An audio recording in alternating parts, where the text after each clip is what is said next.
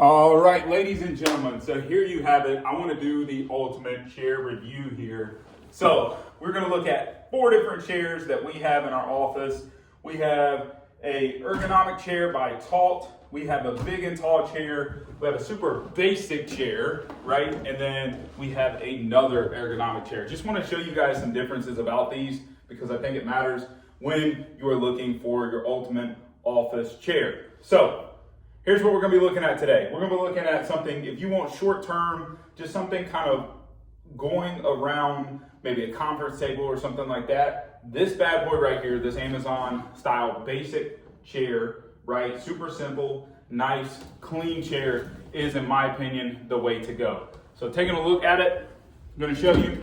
So super simple. You do have the ability to raise it up and down. It does have the ability to lock out as well, but just simple chair, right? They're a small, nice, overall and easy profile. So don't be ashamed if you're using something like this. This is super simple, really easy to sit in, nice and wide at the end of the day, which I think matters too. And these are some fixed armrests on it. So that is number one. Kind of my go-to if you need a bunch for around a conference table or such.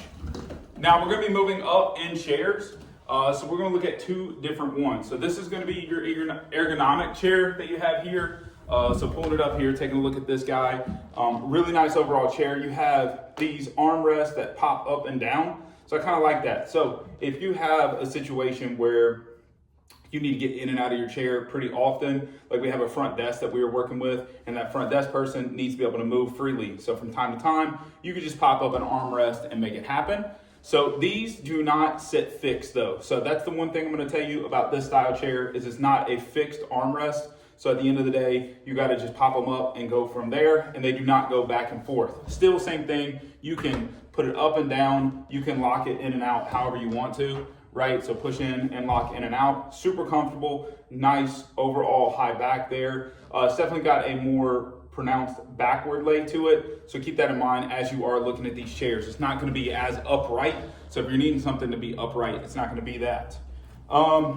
Nothing else going on with this one. As far as things go, you do have a piece back here, right, that you can do for lumbar support. So it's not as pronounced on it. So again, really nice kind of next upgrade chair. Highly recommend this guy if you're needing that next level office chair for somebody to move. So here we go. Next thing I'm going to show you is going to be, I believe this is the TRALT Office Chair. So we have this on this side. I'm going to show you what it looks like here. So same thing, it's a little squeaky, right? You do have arms that flip up and down, okay? But something about this one is they move back and forward. So you have some differences with regards to that. They're able to move back and forward. They don't move side to side. It's definitely a little bit wider profile on the arms as they tend to point outward at the end of the day.